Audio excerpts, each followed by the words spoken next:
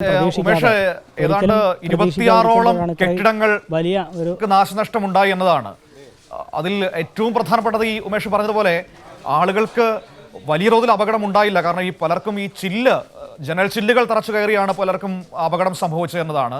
അത് ഗുരുതരമായ സാഹചര്യത്തിലേക്ക് പോയില്ല എന്നത് ഈ ഘട്ടത്തിൽ നമുക്കൊരു ആശ്വാസം നൽകുന്നുണ്ട്. പക്ഷേ ഈ നാശനഷ്ടങ്ങൾ വലുതാണ്. വീടുകളും വീട്ടുപകരണങ്ങളും ഒക്കെ പോയിരിക്കുന്നു. ആ രീതിയിൽ വലിയൊരു അപകടത്തിന്റെ സാധ്യതയാണ് അവിടെ ഉണ്ടായത്.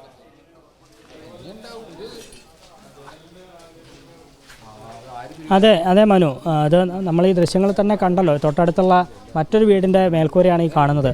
26 കെട്ടിടങ്ങൾക്ക് എന്തായാലും വലിയ തരത്തിൽ നാശനഷ്ടം ഉണ്ടാകാനുള്ള എല്ലാ സാധ്യതയുണ്ട്. കാരണം നിരവധി വീടുകൾ തിങ്ങി നിറഞ്ഞു നിൽക്കുന്ന ഒരു പ്രദേശമാണിത്. ആ ഭാഗത്താണ് ഇത്രയും വലിയ സ്ഫോടനം ഉണ്ടായത്. ഏറ്റവും തൊട്ടടുത്തുള്ള വീടുകളാണ് പൂർണ്ണമായും തകർന്ന അവസ്ഥയിലേക്ക് പോയിട്ടുള്ളത്. മറ്റ് വീടുകളെല്ലാം ഭാഗികമായ തകർച്ച അനുഭവപ്പെട്ടിരിക്കുന്നു. വീടിൻ്റെ ഉടമസ്ഥനാണ്. ഇവിടെ തൊട്ടടുത്താണ് അല്ലേ? എങ്ങനെ വലിയ തരത്തിൽ? ഇത് ഭയങ്കരമായ ഒരു സ്ഫോടനമാണ് നടന്നത്. അടുപ്പിച്ചൊരു 10-15 സ്ഫോടനങ്ങൾ ഇങ്ങനെ നടക്കുകയും ഞങ്ങൾ ഇങ്ങനെ അകത്തുണ്ടായിരുന്നു. ഞാനും ഭാര്യയും അകത്തുണ്ടായിരുന്നു.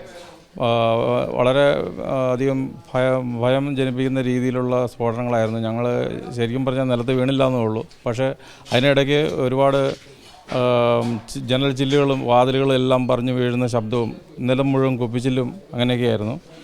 പിന്നെ എൻ്റെ വീടിന് ഒരുപാട് നാശനഷ്ടം സംഭവിച്ചിട്ടുണ്ട്. അതിപ്പോൾ കയറി നോക്കിയപ്പോഴാണ് അറിയുന്നത്. മുകളിലെ ഭിത്തികളെല്ലാം അടർന്നിട്ടുണ്ട്.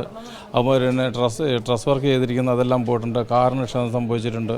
വീടിൻ്റെ ഉള്ളിലെ എല്ലാ ജനലുകളിലും അതുപോലെ തന്നെ വാതിലുകൾ, കപ്ബോർഡ്സ് അതെല്ലാം പറഞ്ഞ് താഴെ കിടക്കുകയായിരുന്നു. ഇവിടെ വീടിനകത്ത് ആ സമയത്ത് ആരൊക്കെ ഉണ്ടായിരുന്നു? ഞാനും എൻ്റെ ഭാര്യയും മാത്രമേ ഉണ്ടായിരുന്നുള്ളൂ. തൊട്ടടുത്ത വീട്ടിൽ ഞങ്ങളോട് ചേർന്നൊരു വീട്ടിൽ തന്നെ ഒരു അമ്മൂമ്മയും അവിടെ ഒരു കുട്ടിയുണ്ടായിരുന്നു. അപ്പോൾ അവരുടെ നിലവിളി കേട്ടുകൊണ്ട് ഞങ്ങൾക്ക് പുറത്ത് കിടക്കണം എന്നുണ്ടായിരുന്നു. പക്ഷേ യാതൊരു തരത്തിലും പുറത്ത് കിടക്കാനും പറ്റത്തില്ലായിരുന്നു.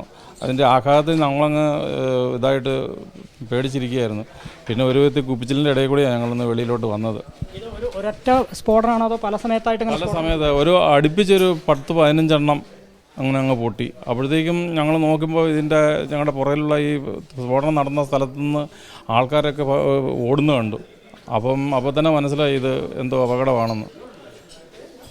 ഇത് മനസ്സിലായിട്ടുണ്ടാവില്ല അല്ലേ എന്താണ് ഈ ശബ്ദം? ആദ്യം എന്താണെന്ന് മനസ്സിലായില്ല. ഇവിടെ അടുത്ത അമ്പലത്തിൽ ഒരു ഉത്സവമാണ്. അപ്പോൾ ഞാൻ അവിടെ നിന്നാണെന്നോ ആദ്യം വിചാരിച്ചു. പക്ഷേ തൊട്ടടുത്തുനിന്ന് ഇത്രയും ഭയങ്കര തീവ്രമായിട്ടുള്ള സ്ഫോടനം കേട്ട് കഴിഞ്ഞപ്പോഴത്തേക്ക് എനിക്ക് മനസ്സിലായി ഇവിടെ പുറകിൽ ഇവിടെ ഒരു ഷെഡുണ്ട്. ആ ഷെഡിൽ ഇവർ ഇങ്ങനെ കൊണ്ട് സൂക്ഷിച്ച് വെക്കാറുണ്ട്.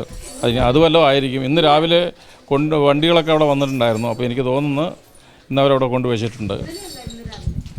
ഇതിന് മുമ്പ് എങ്ങനെ കാണാറുണ്ടോ ഇത്തരത്തിൽ പടക്കം സൂക്ഷിക്കും? ഇപ്പം അങ്ങനെ കുറച്ച് നാളായിട്ട് പണ്ട് അപകടം നടന്ന ശേഷം ഇവിടെ ഒന്നും സൂക്ഷിക്കാറില്ല.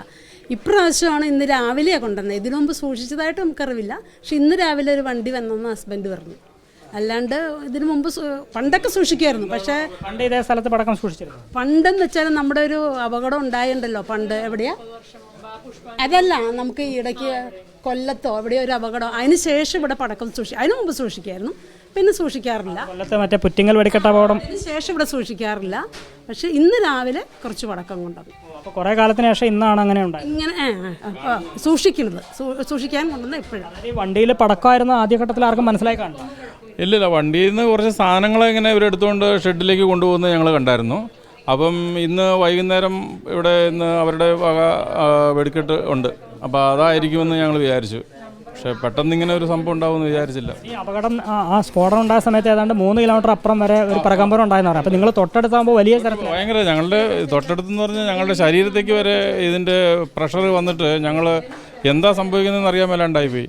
ഞാൻ ഉടനെ തന്നെ വീഴാൻ തുടങ്ങിയതാണ്. അപ്പോൾ ഞാൻ ഉടനെ തന്നെ വൈഫിനെ വിളിച്ചു. ഞങ്ങളെല്ലാവരും കൂടി ഒരു മുറിക്കകത്തോട്ട് നിന്നു. അപ്പോൾ ഭാഗ്യത്തിന് വാതിലുകൾ അടച്ചിട്ട് കാരണം.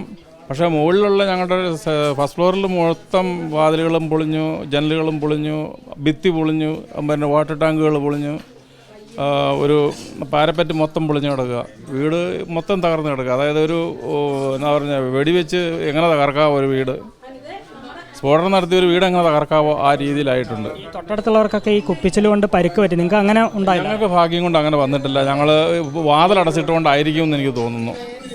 ഈ ജനലിൽ നിന്നൊക്കെ ഒരുപാട് കുപ്പിച്ചിൽ ദൂരേക്കൊക്കെ തെറിച്ച് വരുന്നുണ്ടായിരുന്നു. അപ്പം ഞങ്ങൾ ഭാഗ്യത്തിന് ഈ സ്ഫോടനം പെട്ടെന്ന് നിന്നു. അത് കാരണം ഞങ്ങൾക്ക് രക്ഷ കിട്ടി. അല്ലെങ്കിൽ പുറത്ത് കിടക്കുന്നതിന് മുമ്പേ ആയിരുന്നുണ്ടെങ്കിൽ വീണ്ടും അപകടം ഞങ്ങൾക്കും ഉണ്ടായേനെ.